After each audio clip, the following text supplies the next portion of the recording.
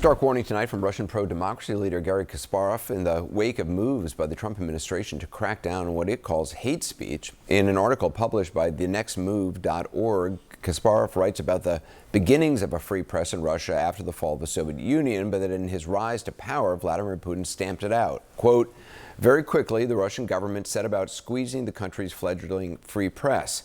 They did so in a pincer movement that attacked individual journalists, presenters, and programs from one side and the owners of media enterprises from the other." Garry Kasparov is here tonight. The article is chilling, and certainly, the pushback from supporters of the president will say, look, it's outrageous to compare what Vladimir Putin did to what is going on here right now. What do you say to that? I was 25 years ago, and I have to say that Trump administration is doing a great job to make me feel home. It all starts slow. It was not just instant, just liquidation of free press. So it just step by step. Dictatorship doesn't arrive, with tanks on the streets. It happens rarely. Things that seem maybe reasonable or could be argued away. It's a death by thousand cuts, just one by one. And by the way, the first Putin attack was against the very popular puppet show. A puppet show. That was the Russia, first. The puppet show. Yeah. So. And people probably said, "Oh, it's just a puppet show."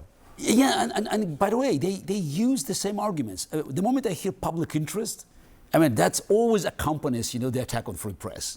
Every would-be authoritarian talks about public interest. Then the next step is business. Vladimir Putin also used the coercion and attacks on businesses and forcing them just to quit the shows, sell businesses. So it's the same music. And so people were saying, well, look, it's the businesses that sold the show. That's what Putin told Bush 43. That's what Western leaders bought. So again, he did it step by step. It took about 3 years for him just to liquidate what was a free press in Russia in the 90s. You write in the piece, you say many of the Russian government's targets were never actually arrested or charged with any specific offense. Many more were never targeted at all. A few high-profile people got shaken down, and everyone else got the message. Yeah, but again, everything happens slowly. So he says, when I was arrested back in 2007, so a couple of times, so it was all 5 or 10 days in jail. Now you go for a tweet, you go for 10 years in jail. So it doesn't happen instantly. So, but it's all about the trend. It's a one-way street, and again, it's very important that it's the first time. I never thought it would happen in America. The government official threatened the public broadcaster. With the confiscation of their license.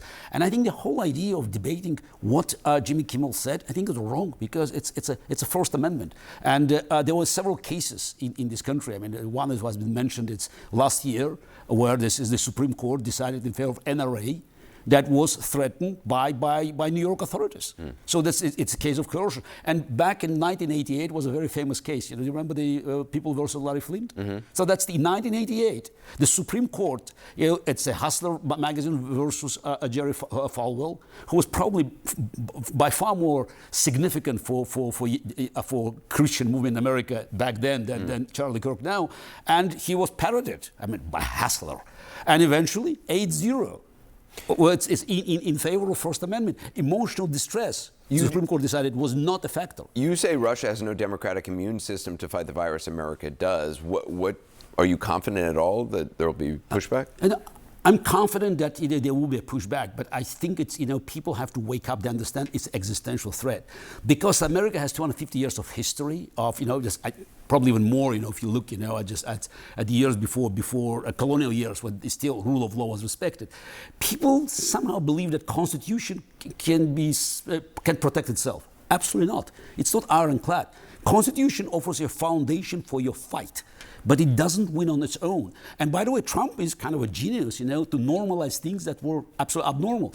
In the conversation here a few minutes ago, you talked about, Watergate with other guests. Come on, this is Watergate today. If it happens, nobody will even notice it. It's because President lied.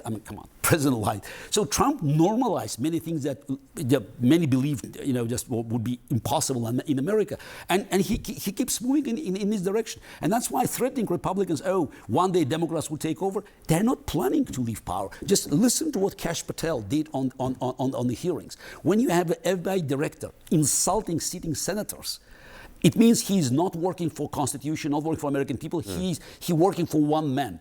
And again, this loyalty to fealty to just one person over constitution, that tells me that elections in 2026, I mean, still will be free, but may not be fair. Garry Kasparov, I appreciate you being with us. Thank you.